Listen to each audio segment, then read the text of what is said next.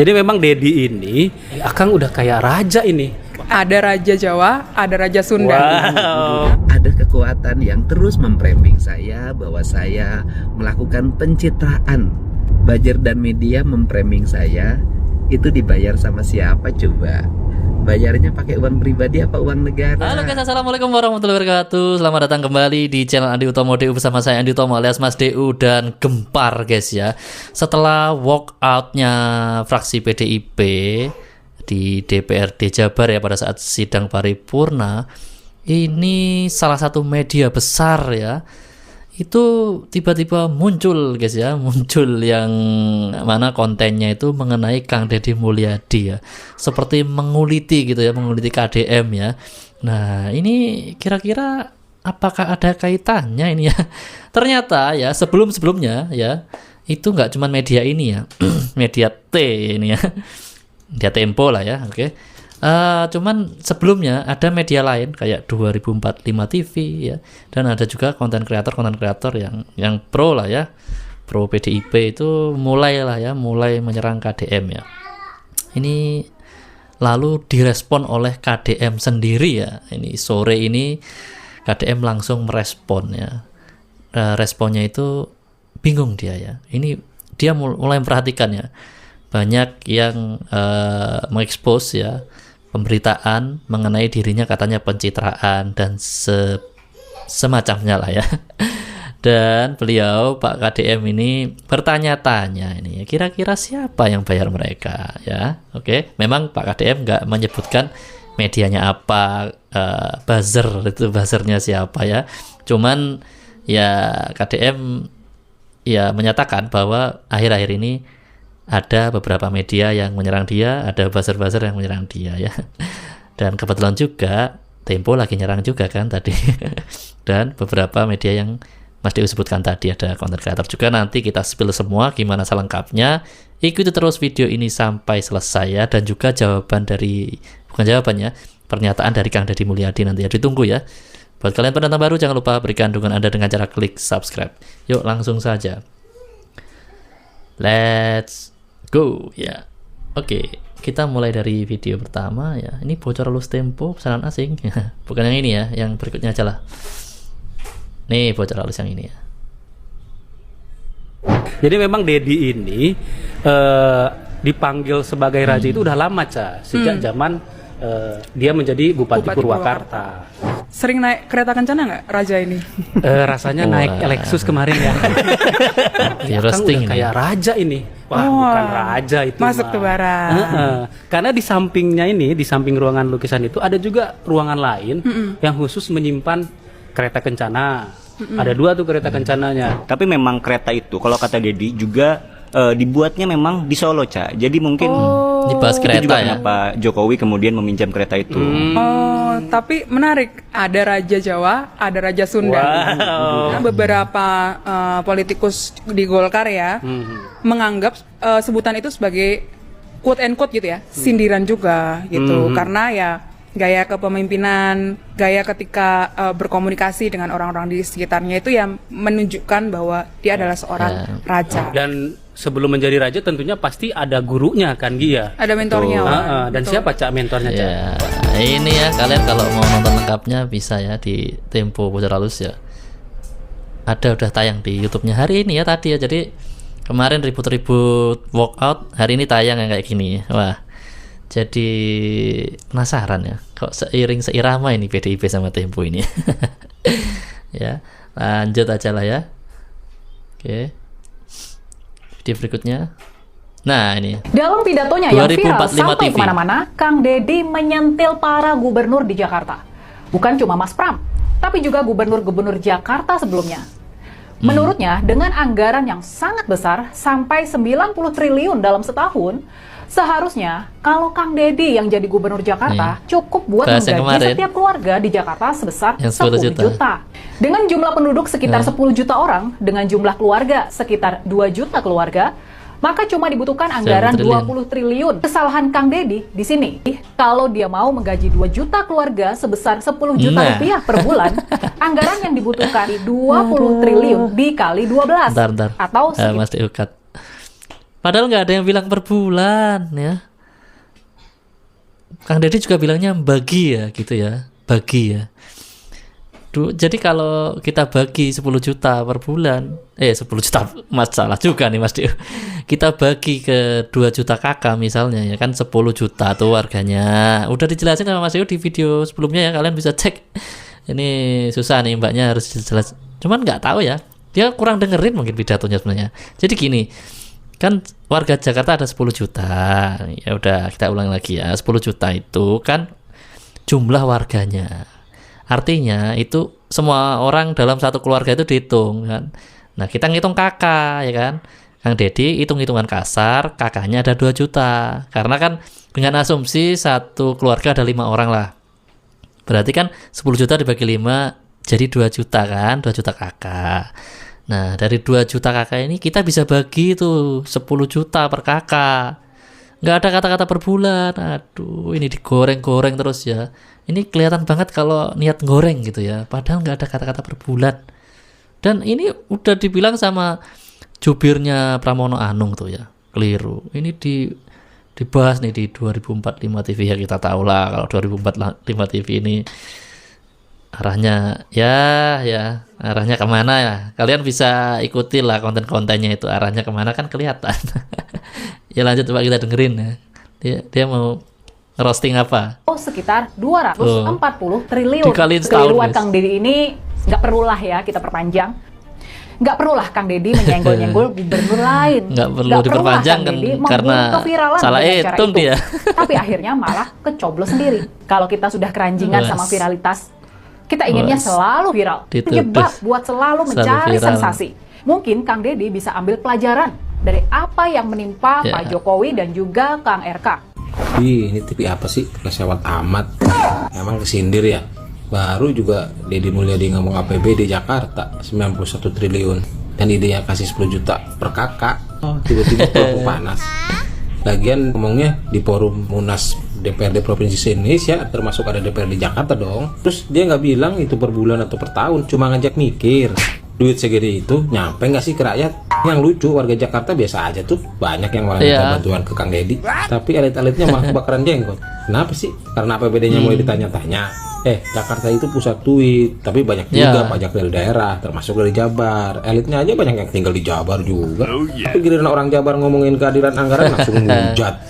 Jadi sebenarnya siapa sih yang offset? Kang Deddy ngajak mikir, kok malah ada yang panik. TV-nya kurang viral ya. Jangan-jangan TV-nya kurang viral ya. Jadi ngajak mikir ya. Banyak loh warga Jakarta tuh yang belum tahu bahwa anggaran APBD-nya itu setahunnya 90 triliun. 91 triliun malahan ya. Banyak yang belum tahu. Berkat informasi dari Kang Deddy Mulyadi itu akhirnya banyak yang tahu ya. Wah, ternyata gede banget, pantesan ya. Waktu pilkada bisa sampai bisa sampai nggak kenal tetangga kadang-kadang gara-gara pilkada ya gitu ya. Dulu ada yang ancaman meninggal, jenazahnya nggak dimandiin dan segala macamnya ya. Kenapa sih? Ya karena banyak tuh uang yang dikelola ternyata ya. Makanya pantas rebutan guys ya. Oke lah, lanjut ya. Jadi pada tahu kan sekarang anggaran. Akang dapat berapa dari AdSense itu? Ada lah lanjut yang penting lagi buat nih. bagi-bagi. Tempo. Terus kalau sehari ngantongin berapa untuk bagi-bagi? 30 juta. Wah, AdSense-nya Buset. besar tuh berarti ya. Bocor halus ada segitu gak? Coba kita tanya bos kita ya, Stefanus Pramono ya. Jangan-jangan dia ngantongnya Tapi kalau gue lihat konten-kontennya itu di YouTube ya, terutama ya, itu views-nya banyak. Betul. Gitu, minimal tuh 500.000. Betul. Dan ada yang kontennya baru beberapa hari tuh 1 juta gitu ya. Berarti dia memang serius membangun konten itu dan punya tim dong harusnya. Punya tim. Kalian Tim melihat ya waktu punya. itu ya langsung. Iya, melihat banget itu. Jadi pas waktu kami turun tuh, gua sama Egy turun dari mobil Lexusnya, itu 2 kamera udah langsung nyala itu. Betul. Itu kalau kemarin kita ngobrol memang seenggaknya ada 4 kameramen yang selalu standby kemanapun Deddy Mulyadi ini pergi gitu. Dan ya sehari kalau kemarin kita ikutin ya, itu dari pagi sampai malam itu ya mereka terus nempel bersama dia gitu. Betul. Hampir Ya, semua so itu what, ya? selalu standby kamera. Hanya di beberapa pertemuan privat mungkin mereka diminta Dedi untuk tidak mengambil gambar ya, tapi sisanya ketika dia bagi-bagi duit dengan modal 30 juta tiap harinya itu gitu, atau ketika dia menyapa warga gitu, itu dia selalu ada tim yang menempel dengan dia. Ya. Dan ternyata timnya ini sudah dia bangun sudah cukup lama. Ya. Dan sekarang ada 2 tim untuk videografer. Betul. Jadi mereka itu masuk 6 hari, istirahat 6 hari. Terus gue tanya kan, kalian dapat BPJS gak? Dapat benefit dan lain-lain gak? Dapat lah bang. Ya iyalah, pantesan karena AdSense-nya kan besar. Walaupun dia sudah menjadi gubernur, dia mempertahankan tim yang sama. Ya, dengan mereka ya. Gaya editing yang sama. Gitu. Jumlah kontennya juga. Dia mengukur ternyata Deddy Mulyadi ini seperti apa kontennya. Jadi kita ketika di mobil itu, Deddy itu juga sempat beberapa kali mengupload video yang dia bawa sendiri. Jadi kan kalau kita lihat konten-kontennya dia gitu, kalau tidak yang direkam oleh orang lain, dia juga beberapa kali selfie gitu ya, ambil video gitu. Ngomen-ngomen nggak? Beberapa kali ya. Cuman memang dia yang kemudian juga menentukan captionnya segala macem gitu. Bikin sendiri dong berarti? Bikin sendiri. Jadi kita sempat melihat kemarin ketika di jalan bersama Deddy Mulyadi ini. Dan yang paling sering kena marah itu adalah tim editingnya. Betul. Kadang kata dia marah karena nggak ada beberapa hal yang diambil gitu loh. Yang penting-penting. Yang penting menurut dia gitu. Timnya itu semuanya dari Jawa Barat. Ini versi orang ininya ya, tim medsosnya. Jadi semuanya dari Jawa Barat. Kenapa? Pernah ada di luar Jawa Barat tapi gak kuat katanya. Karena? Nggak tahu lah. Karena memang kalau kita ngikutin ya, kami lah ngikutin ya, dari subuh sampai tengah malam, Cak. Ngikutin Kang Deddy itu. Akang Dari dapat subuh berapa? sampai tengah malam. Kalau bilang timnya nggak kuat, coba bayangin kita jadi Kang Deddy, ayo, yang berkegiatan. Berarti kan dari subuh sampai malam itu Kang Deddy berkegiatan. Ayo, kalau kita mikir positifnya di situ, tapi karena kita ambil negatifnya ya susah lah ya, susah ya. Dan yang fatal dari Tempo ini adalah karena Mas Dewi YouTuber juga, dia ini mengira-ngira pendapatan orang itu dari socialblade.com.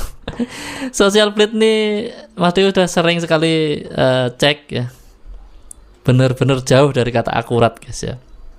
Kalian bisa cek sendiri ya, karena dulu ini ya Mas Dewi ya sering lah ya sama teman-teman, kan banyak komunitas YouTuber gitu ya.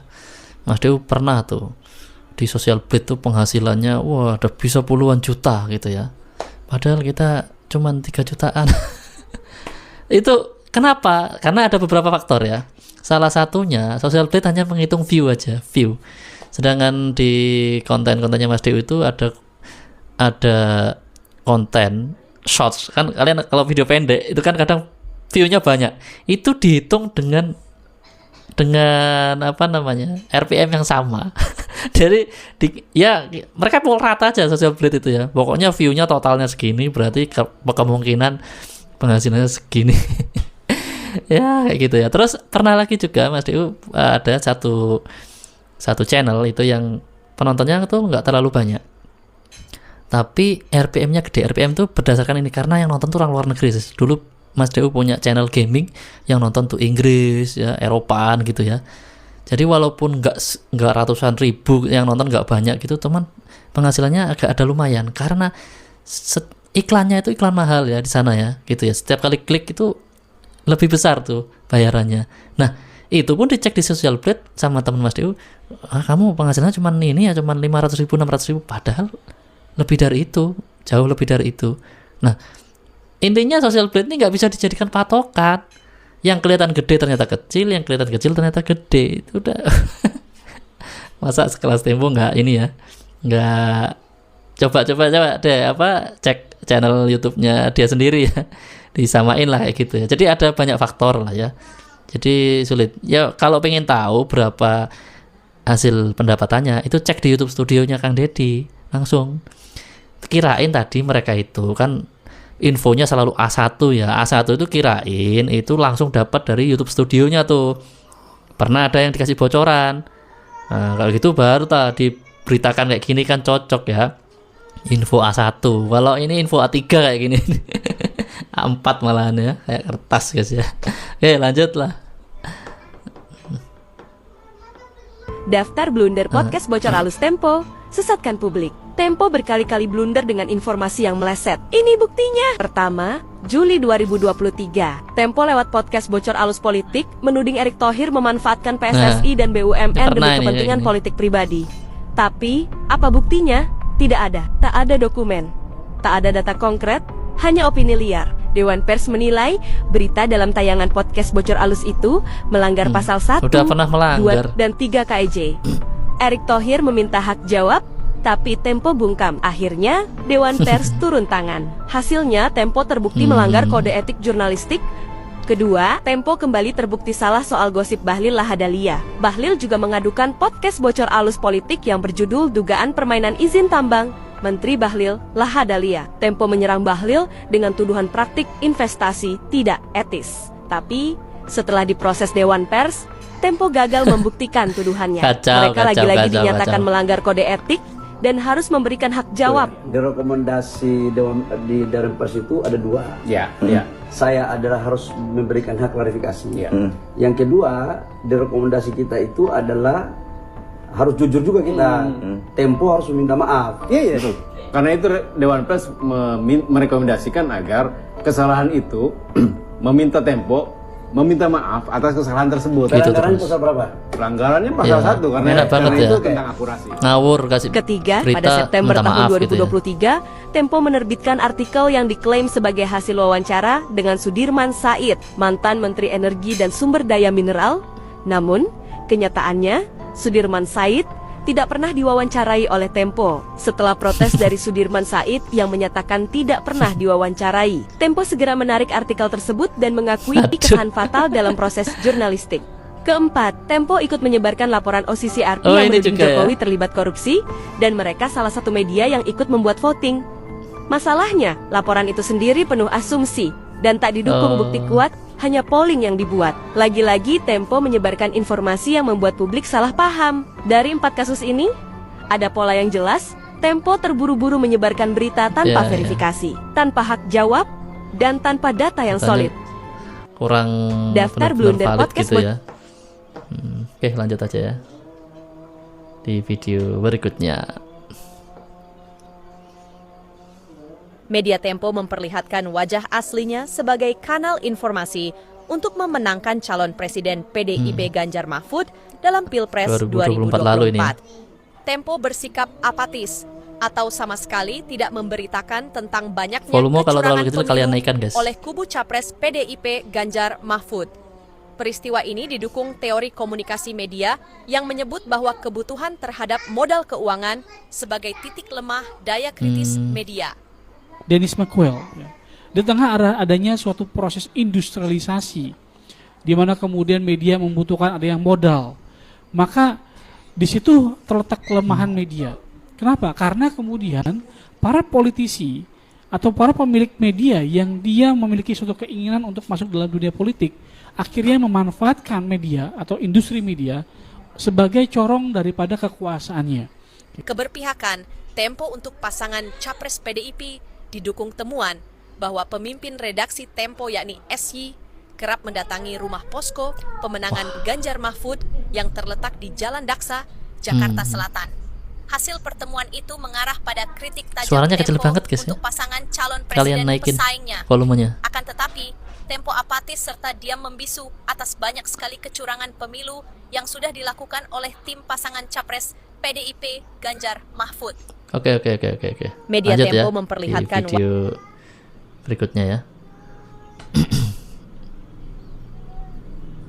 Gue tuh suka banget nonton Bocor Halusnya Tempo. Ini jujur, ini gue nggak ngomongin sama siapa-siapa karena gue baru nontonnya kemarin, yang paling baru.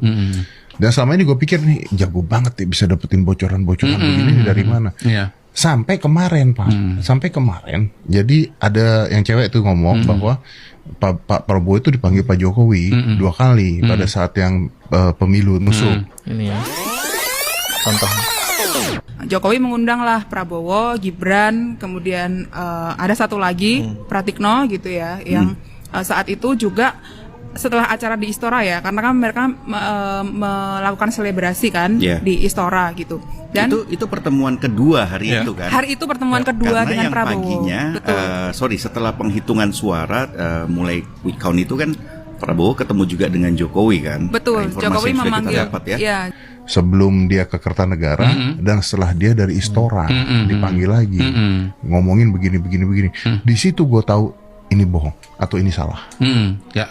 Karena dari Istora itu Pak Prabowo itu Istora kembali ke keempat. Oh, lu tahu persis ya? Ada gua Iya, sampai iya. tidur. Betul. Jadi nggak ada itu cerita. Betul. Nah, jadi kalau kayak begitu artinya apa yang beredar di sini semuanya bisa aja semuanya juga hoax dan sebagainya Oh, bisa iya diacak-acak dong. Iya dong. Oke. Gue tuh suka banget Ini nonton di Bocor Halusnya podcastnya Tempo. Deddy Ini Corbuzier jujur. ya. Kalian bisa nonton selengkapnya, cari aja di channelnya Deddy Corbuzier. Ini kita lihat rekam jejaknya. Saya atas nama Nah, tim ini. Bocor Halus Politik meminta maaf kepada Mas Erick Minta Thohir maaf. jika pemberitaan kami menimbulkan dampak yang tidak menyenangkan. Minta maaf ya akhirnya. Kali ini Ya kita nggak perlu panjang-panjang di kami sini ya. memberikan Intinya hak jawab Tempo meminta maaf ya.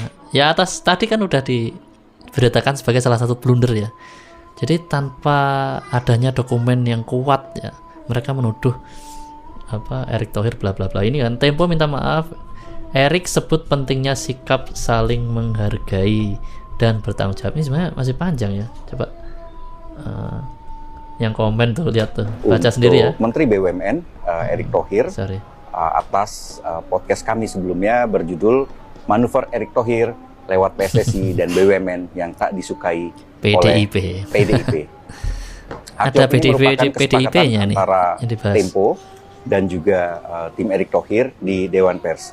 Berikut ini hak jawab dari Menteri BUMN sekaligus Ketua Umum PSSI Erick Thohir. Makanya kan saya ke Dewan Pers. Dilabrak ya sama Erick Thohir ya.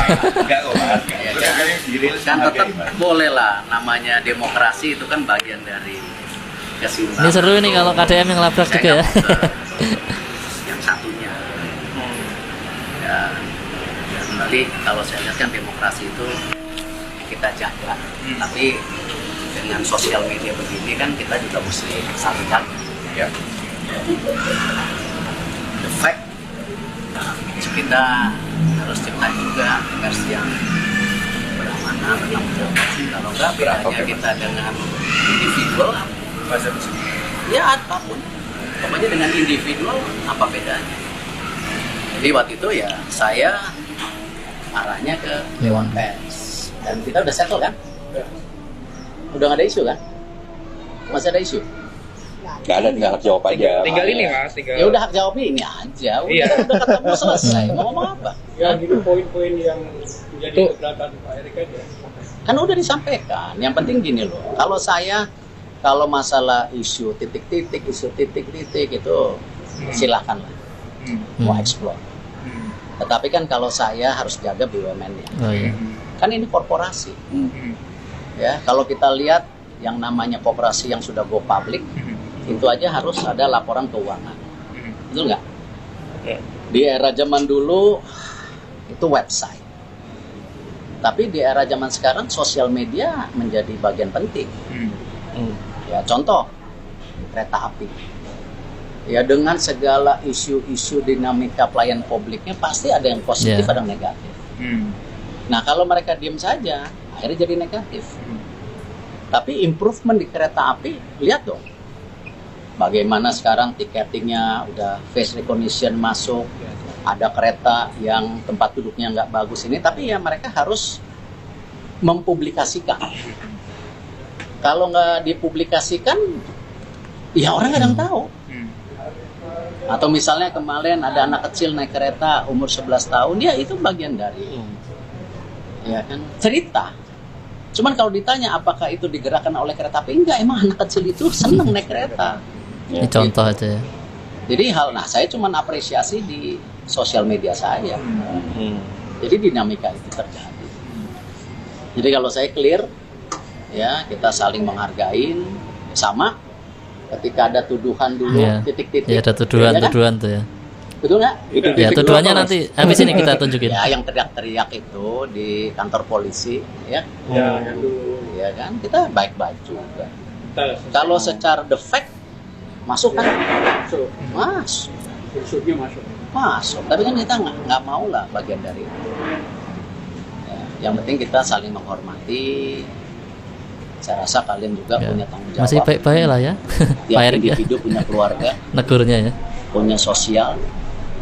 Ya, sama ketika saya juga, mohon maaf, misalnya kasus Jiwasraya, Asabri, individu itu punya tanggung jawab juga. Ya kan? Kan apa senang memenjarakan orang? Dia punya tanggung jawab sosialnya juga. Tapi nggak usah dicemoohkan, apa ya, kita saling jaga. Oke, udah itu aja. Nggak usah muluk-muluk, udah. Ya, Coba kurang dikit. Gimana? Itu gimana? Kan harus tampil juga Mas. Enggak, udah ini dari kita gimana? Ya, enak. Ini kan kita punya sama-sama lah. Kita nanti Mas itu ada kesepakatan soalnya. kita bicara di tempat lain Oh, lagi. masih mau Banyak kan bisa ngundang masih saya mau lagi kan, di isu lain. diajak podcast lagi. Ini kan sekalian kita mau cerita itu Mas, naik maung gimana kemarin rasanya tuh Mas? Itu Nanti Mas. di interview khusus lah. Itu khusus Mas. Mana Mas? Udah sama-sama ya. Itu jadi nggak jadi nih? Oh, mau ditagih podcast Ini mah. bagian dari kita ngobrol-ngobrol. Nanti Iya, kita ngobrol lanjutkan aja. Ini lagi. dicukupkan berarti. Iya dicukupkan. Yang penting nanti Coba ditayangkan itu. ngapain kita prolong? Kan udah ada aturan Dewan Pers, kita menghargain, selesai. Udah kan?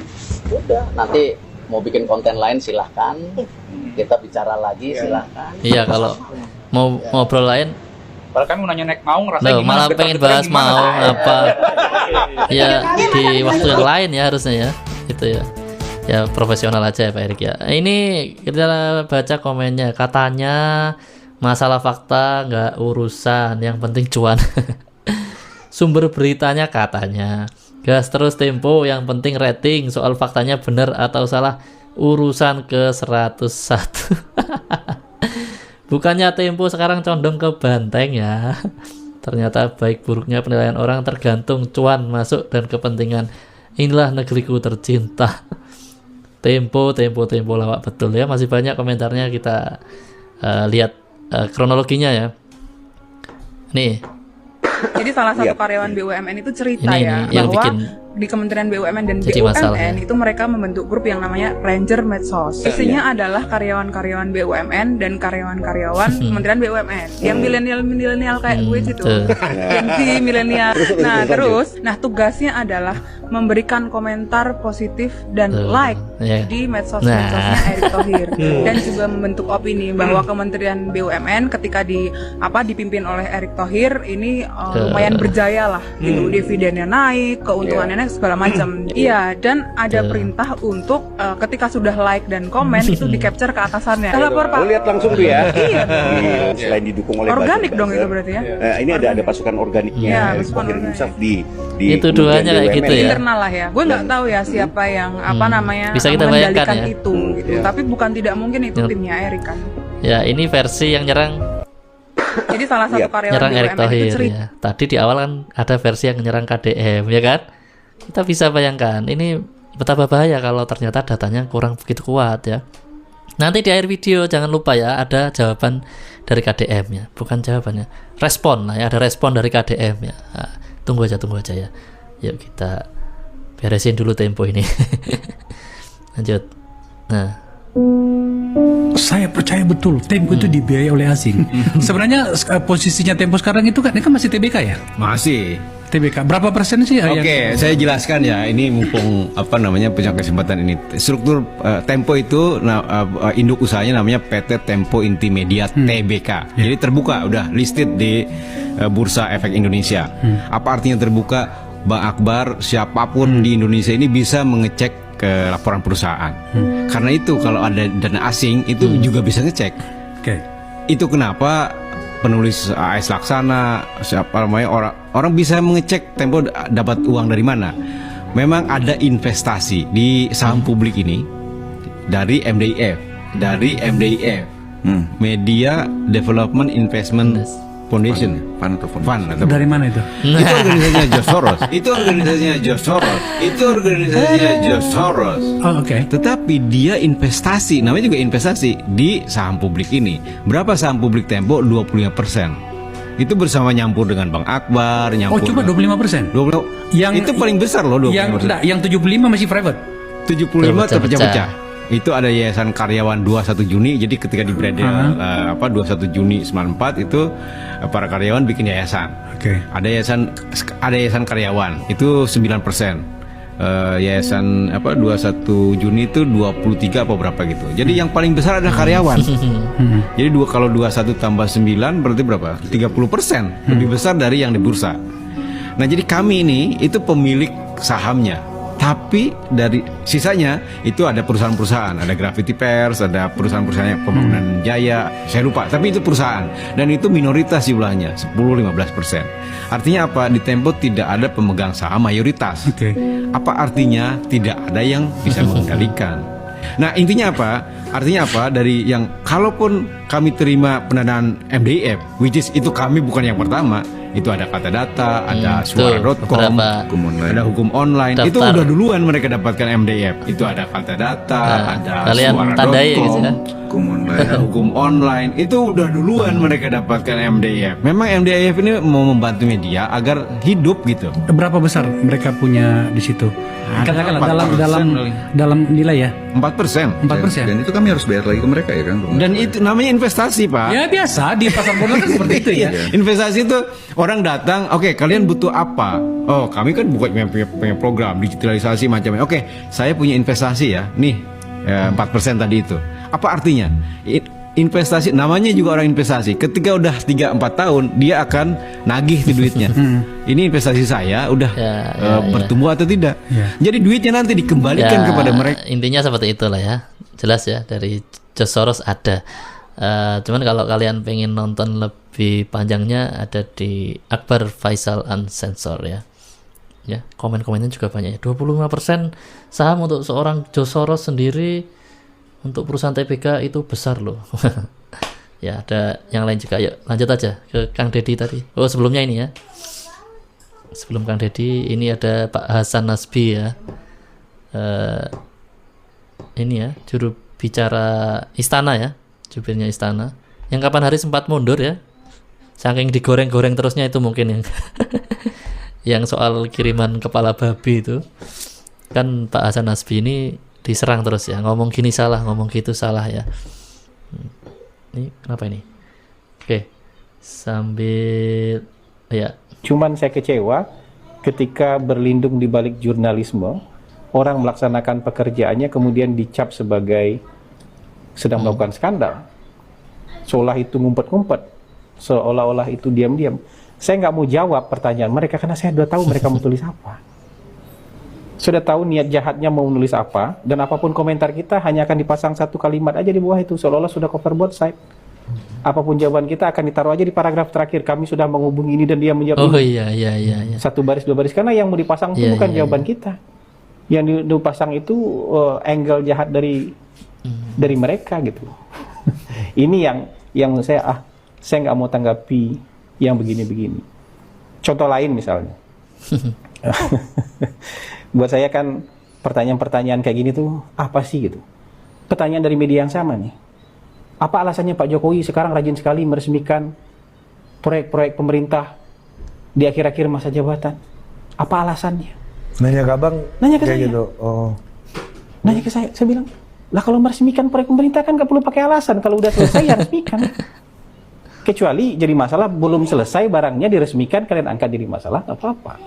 Kalau sudah selesai ya diresmikan lah.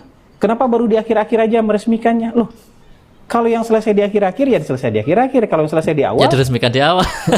Diresmikan di awal. Di awal. Ini kan sepanjang masa pemerintahan Pak Jokowi kan beliau meresmikan itu, nggak cuma di akhir-akhir ini meresmikan. Tahun lalu ada peresmian kan? 2 tahun lalu pasti ada peresmian juga. 5 tahun lalu ada peresmian. Kenapa yang dilihat cuma 2024 ya? Yang dilihat cuma peresmian akhir-akhir ini aja? Menurut saya kayaknya ya semua media mungkin walaupun sekarang perubahan itu berjalan sangat cepat, tapi diklat wartawan itu penting kayaknya. Supaya nanya tuh nggak asal nanya, kan bisa mikir. Apalagi kita sudah tahu jawabannya. Diklat ini pemerintah yang ngadain atau? Enggak, mereka masing-masing. Oh, gila. Dewan Pers mungkin ya. Pemerintah. Tadi soalnya sampai nunggu lu datang cerita diklat Bang Hasan. Saya ini kan alumni diklat Kompas. Oh, iya, kita 3 bulan dilatih untuk itu.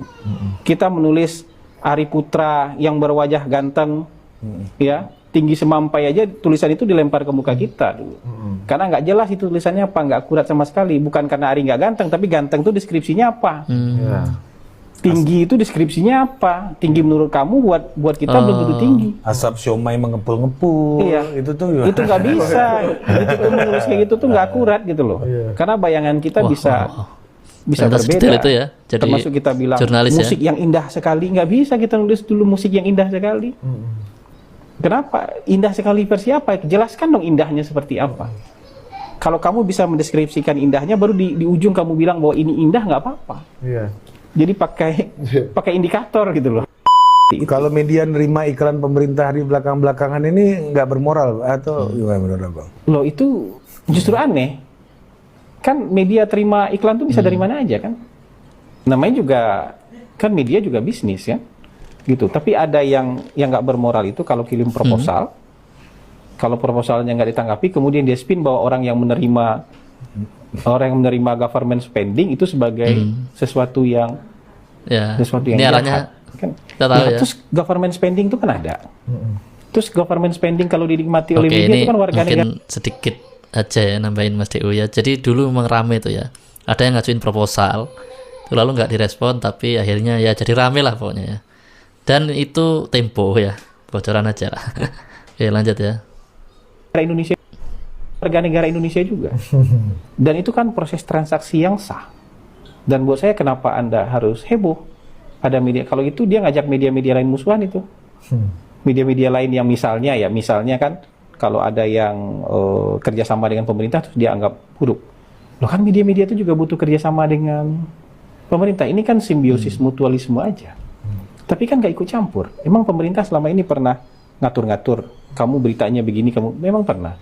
Emang ada media yang ditutup oleh pemerintah gara-gara misalnya kritis sama pemerintah kan enggak? Tempo sampai hari ini mau sampai ke ujung langit kritisnya kan nggak ditutup sama pemerintah. Karena kita sudah comply dengan demokrasi. Ya, oke. Kalian nonton fullnya itu di Total Politik ya, channel YouTube ya. Ini hanya sepotong-sepotong aja. Yuk kita dengar respon dari Kang Deddy Mulyadi yang ditunggu-tunggu ya dari tadi ya. Belum. Sorry. Ini kan gini ya, Mas Dew tadi di awal ngomong ya, nggak cuman media, ada ya medianya kan nggak cuma satu, nggak cuma Tempo, ada 2045 TV. Ini contoh-contoh aja. Ada juga kreator-kreator nih ya, yang biasanya itu ya itu posisinya itu ada di area PDIP ya. Salah satunya ini ya. Kita udah tahu lah ya rekam jejaknya. Pengen bikin agenda berbahaya, yaitu apa? Ini 3 hari yang lalu. Karena pendukungnya pada galak. Disclaimer, gue juga pernah ketemu Kang Deddy Mulyadi dan gue sepakat akan beberapa kebijakannya ya. Soal balikan lahan menjadi hijau lagi, desa harus bersih, melawan pungli itu bagus banget. Tapi banyak juga kebijakan. Kalau udah tetapinya. Kritisi. Jangan lu bela semua. Emang gak kapok? Dulu kita punya Jokowi yang kita anggap Satria Piningit, New Hope. Seakan-akan kalau Jokowi salah, yang dibilang Jokowinya baik, sekitarnya yang salah. Nggak bisa. Kita udah nggak bisa lagi punya pemimpin, pejabat publik yang seakan-akan kalau salah pun perlu kita bela. Jadi kepada para pendukung KDM, kalem aja. Beliau juga pejabat publik, bisa salah, bisa benar. Nah beberapa kebijakan yang perlu dikritisi, contohnya satu jelas adalah pelajar kepada militer. Ikut-ikutan. Tentu jauh sekali dari konvensi hak anak. Yang harusnya anak itu di-treat seperti sipil, dikasih konseling, dikasih layanan bimbingan psikologis dan lain sebagainya, bukan dikasih ke barak militer. Lagi pula yang besar di barak militer juga masih banyak bermasalah.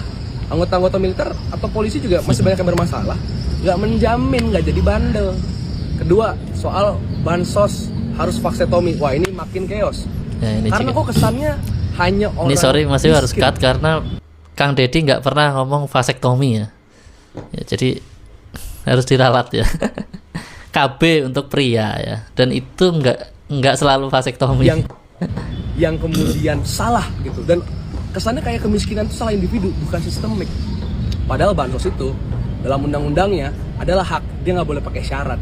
Terus yang kedua, kalau dibilang misalnya kemiskinan itu kok jadi banyak anak segala macam, padahal data menunjukkan angka kelahiran itu jauh menurun kalau mau by data. Belum lagi, ya ini soal prinsip. Masa seakan-akan kalau orang miskin harus diatur bahkan otonomi tubuhnya, tapi kalau orang-orang kaya itu nggak diatur, bebas punya anak berapa. Nggak bisa gitu dong. Nggak bisa kita treat kemiskinan itu hanya salah individu. Dia adalah sistemik, lapangan pekerjaan, akses kepada pendidikan, dan sebagainya. Gitu ya. Jadi di Gedung Sate tempat Pemprov Jabar, gue pengen bilang bagus KDM dengan segala medsosnya, efektivitas, efisiensi anggaran medsos good, kebijakan baik oke, tapi ingat dia juga punya salah, jangan didukung terlalu pada ya intinya seperti itulah ya. Ini pengikutnya udah banyak ya, namanya Firdian Aurelio ya yang apa Indonesia gelap dan segala macam itu kan yang ini ya. Firdian ini salah satu mantan badan eksekutif mahasiswa kalau nggak salah. Ingat kita pernah punya Joko Widodo aka Mulyono yang dulu kesannya Satria Piningit juru selamat, nggak pernah bisa salah, dan akhirnya sekarang apa? Kayak gini. Apalagi dua-duanya sama-sama segorong-gorong. Aduh, trauma gue sama gorong-gorong. Dah. Ya. Pergi. Mulai lah ya. Dan salah satu fotonya itu netizen udah expose ya. Itu bersama orang-orang PDIP pernah terekspos di Twitter. Ini Firdian ya. Oke, lanjut responnya KDM yang ditunggu-tunggu dari tadi ya. Nih. Ada yang menarik dalam suasana kehidupan sosial dan politik saat ini, yaitu saya dalam setiap waktu ada kekuatan yang terus memframing saya bahwa saya melakukan pencitraan. Apa yang dilakukan saya hanyalah sebuah pencitraan.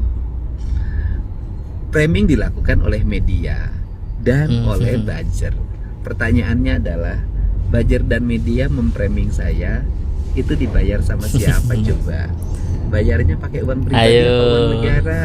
Nah, saya sendiri sampai hari ini tidak menggunakan uang negara untuk kegiatan sosial kehidupan saya. Saya hanya menggunakan channel yang saya miliki, yang secara kebetulan channel ini diminati oleh masyarakat.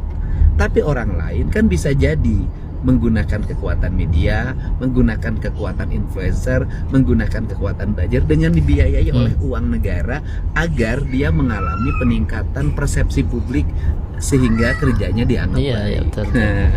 Ayo, mari kita pakai rasionalitas. Saya setiap hari bermedia sosial tanpa menggunakan uang negara.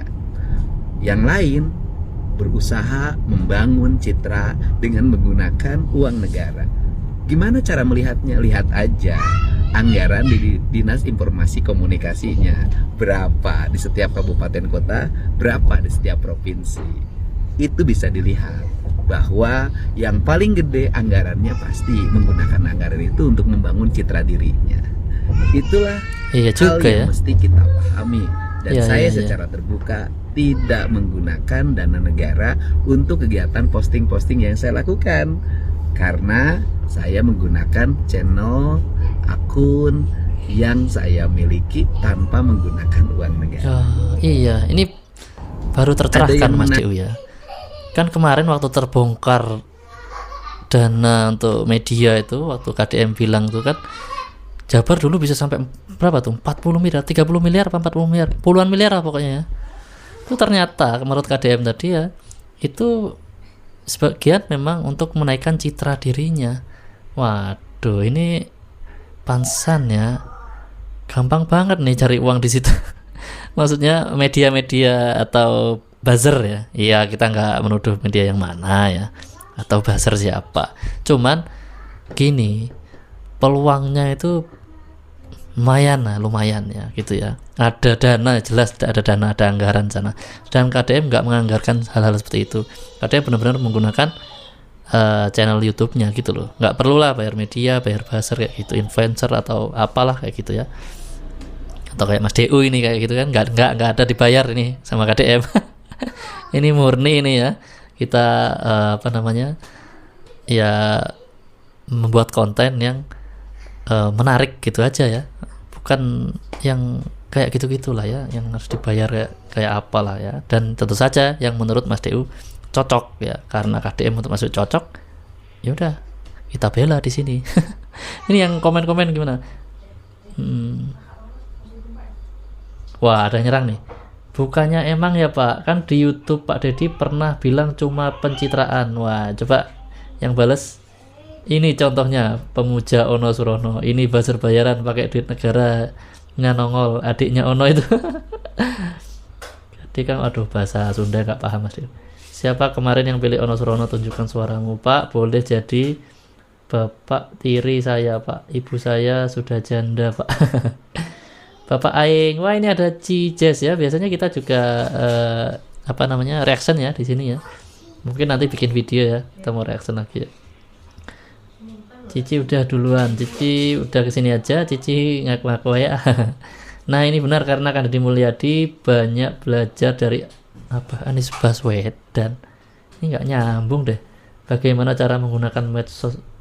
Apaan sih ini Pak Hansen ya? Kapan junjunganmu turun ke jalan? Bantu orang-orang yang membutuhkan di mana? Anjing, beda level sama udahlah. Pertanyaannya si Ono Surono siapa yang milih ya? Pak, saya oke. Apa yang terakhir ya? Aduh, KDM. Sibuk ngurusin Jabar, si Ono sibuk ngurusin KDM. Udah. Oke guys ya, itu tadi ya. KDM mungkin udah gerah gitu ya. Diserang sana sini terutama media sama buzzer ya. Sehingga harus membuat statement itu ya. Siapa kira-kira yang bayar? Menurut kalian siapa? Tulis di kolom komentar. Oke, di video berikutnya kita masih ada video menarik lainnya. Aktifkan notifikasi dengan cara tekan tanda lonceng dan pilih aja semua. Sampai jumpa di video berikutnya. Wassalamualaikum warahmatullahi wabarakatuh.